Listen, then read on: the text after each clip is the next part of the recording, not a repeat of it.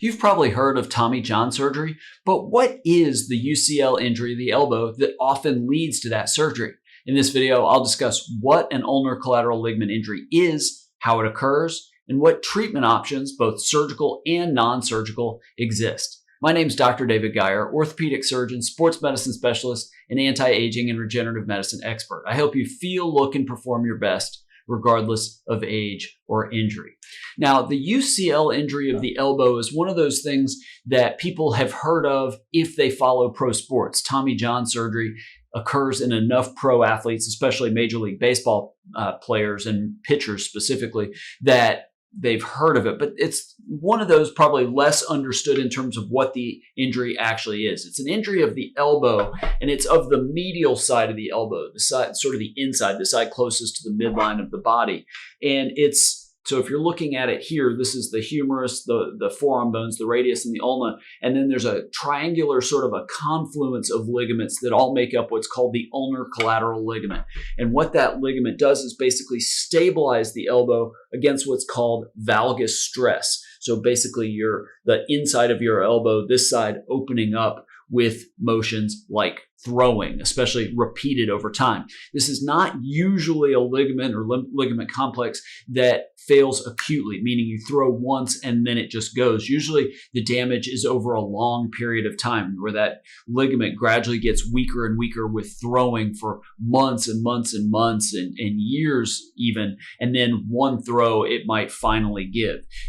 Often in high-level throwing athletes, pro athletes like baseball pitchers and football quarterbacks, maybe baseball catchers, but really overhead athletes, it's one that very often needs surgery, or at least a full UCL tear needs surgery. Maybe partial, you could try something like platelet-rich plasma to try to get that to heal, and a lot of pro teams will do that. The only risk is with a partial tear is that you may go 6 or 8 or 12 weeks after the PRP and it still hasn't healed, and then you're talking about doing surgery.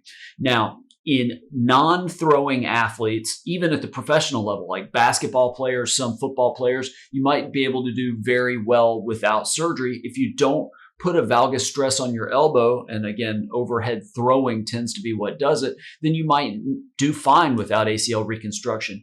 Everyday laborers, everyday people typically don't need surgery for it, which is definitely good news. Now, as far as the surgery goes, if you're a high-level athlete and end up needing that surgery, you're looking at, again, usually that Tommy John surgery, which is basically reconstructing that ligament, making a new ligament with, say, a hamstring tendon graft or a tendon in your wrist that is used to reconstruct that ligament. There is a new bridge surgery, and that's for certain types of tears where you can go in and basically sew the torn ligament back together and then supplement that repair.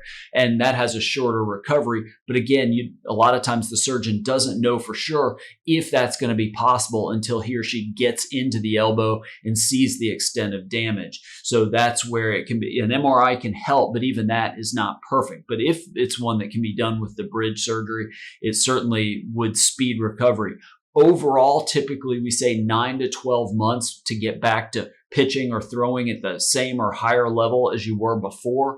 The bridge might take a few months off of that, but it's a lot of work. It's letting that graft sort of heal and get stronger, and then getting elbow range of motion back and throwing strength and just overall upper extremity strength back and getting back to what you want to do. It's just a long process, lots and lots of time with physical therapy.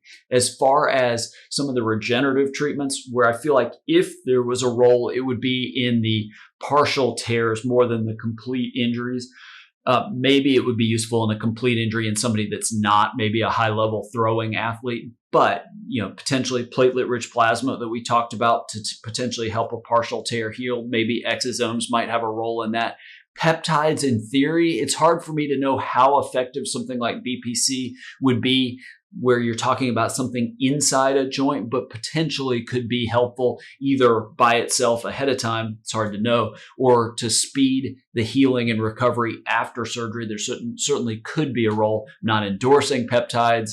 They're not FDA approved. They're considered experimental. I've got tons of videos on peptides and the whole issue with experimental and all that. I'm not endorsing them. I'm just putting them out there because I get so many questions about them. But it's a very tough injury. The success rates are pretty good, about 85%, sometimes even a little bit higher return to the same or higher level of sports. So it can do well. It's just a very, very long recovery. I'd love to hear your experience with your elbow injury. Leave those in the comments below. Just understand that if you leave a question in the comments, I can't offer you medical advice. So what I do a lot of times is take those topics to answer in a future video. Make sure to subscribe to this channel, click the bell to be notified when I release a new video and when I start a live stream like my Ask Dr. Geier live shows. Thanks so much for watching. I hope this video was helpful for you. I look forward to helping you feel, look, and perform better than ever.